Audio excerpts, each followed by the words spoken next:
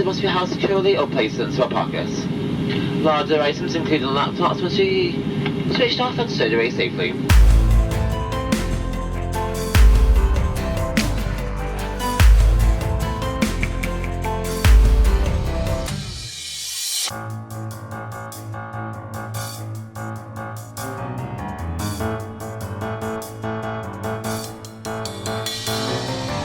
Finally at the hotel. For some reason this ended up being a 9-hour trip and I don't even know why. Tomorrow's the big day. Being here, I would be lying if I said I don't want to win. If I win, I'll be super happy. It's always prestigious to win a Games Workshop sword, and I think this one especially because it's probably going to be the only one of its kind. So yeah, it will be a big thing to win. But if I don't win, I'll probably be sad for a while, but not so long. In the end, I paint for fun, and I had a lot of fun painting my entry. I did really not expect to be among the top 3 after the voting, so all of this is kind of already a bonus. It all depends what they are going to be looking for tomorrow. As always, it's subjective. Let's see what tomorrow brings.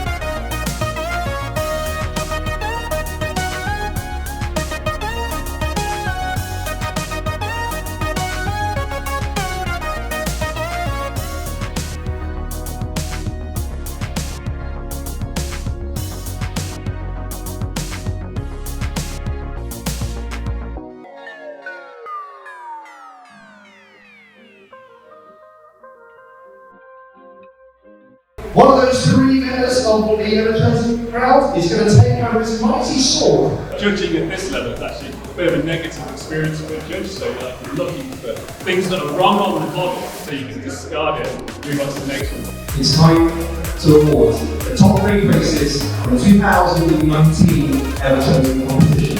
In third place, with the Lord of Lights, who's Crystal Ash. Thank you, Richard. How to make your way back down if you'd like to. Okay, bye. Massive the champion. Please be out together for your looks.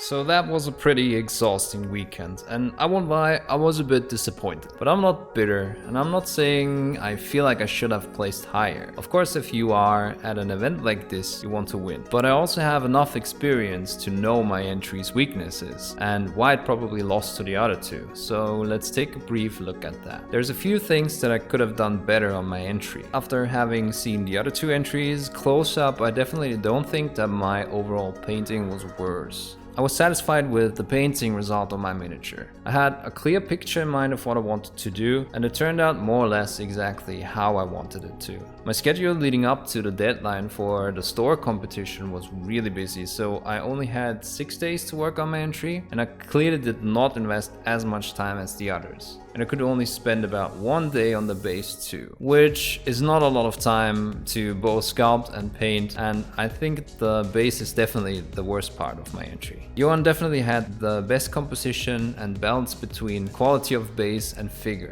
In an environment where the painting quality gets better and better, and it's getting harder and harder to tell what is objectively better, aspects like atmosphere and storytelling and invoking emotions become more important, and bases can play a huge role in creating all of that. A general thing I learned about myself while competing is that I really don't like perfecting my projects, because the grind in the end is a real motivation killer. You see a lot of people getting burned out because of chasing that perfection, and I had a period in my life where I stopped painting for 3 years altogether because of something I call competition syndrome, where you're trying to win competitions so hard that painting is no longer fun. The way I do it is I make sure the last 10% of a miniature don't take me forever, and it has been really good for my mental health and my painting happiness. But it's not really compatible with chasing these best of show trophies or Slayer swords. There's people out there that spend hundreds and hundreds of hours on their entries, and if you invest that much time and it shows, then you should win the competition. You have to decide for yourself if putting that much time in is something that's going to make you happy or not, and if you want to paint for trophies or for enjoyment. Of course, some people get their kicks and their enjoyment out of winning trophies, and that's fine. We're all different, and that's beautiful. For me, it's more about the journey and less about the reward, and that's my personal key to happiness.